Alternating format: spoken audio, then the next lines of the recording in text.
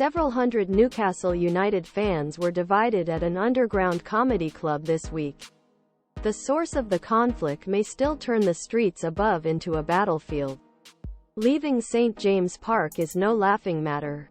Mailsport appeared on a panel of journalists at the popular fanzine's sold-out event True Faith Live on Tuesday. But the problem is sales.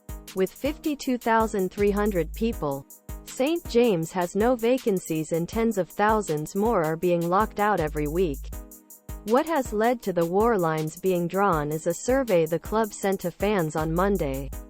Here the idea of building a new stadium arose for the first time. He sank like a stone with most of them, but not with all of them. When the audience was asked if they wanted to stay, 75% of the audience stood up. Full disclosure, I stood up, as did another colleague. The other two people continued to sit. As you can see, it's divisive, but also fascinating. Newcastle release poll pushing idea of move away from St. James Park. The idea mostly fell through. But not everyone turned their nose up at the idea. The Magpies have played at their historic home for over a century. Your browser does not support iframes. Afterwards, that was all the public wanted to talk about in the bar. Could Cathedral on Hill one day become Cathedral by Quayside? Or the Cathedral in the countryside, which almost everyone doesn't like? We all agree that what makes St. James unique is its location. Imagine Wembley falling into Trafalgar Square. Manager Eddie Howe certainly thinks so. He joined the discussion on Wednesday and acknowledged that he may not be on message with his sod-iled paymasters. My ideal is that we stay in St. James Park, he said. The stadium is iconic and there is nothing else like it anywhere in the city.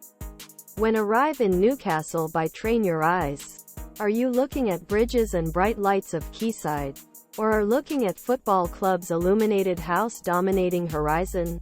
Newcomers can be blinded by the beauty of it all. The 10-minute walk from station to stadium is breathtaking. Not just because incline that winds through cobbled streets and countless watering holes. Winds in shadow of Gallowgate End. To loveliest them all, the strawberry walls lined with murals commemorating heroes such as Kevin Keegan, Shearer, Macdonald and Jackie Milburn. But it's also the things you can't see that fuel voters to stay. Memories, good and bad. For some, yesterday's pain will only be assuaged by tomorrow's success.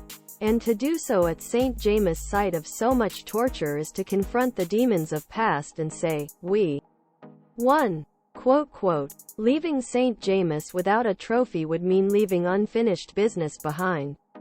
There is also the danger that a new stadium will represent a new club, especially when it is owned by a foreign state. Just look at Manchester City.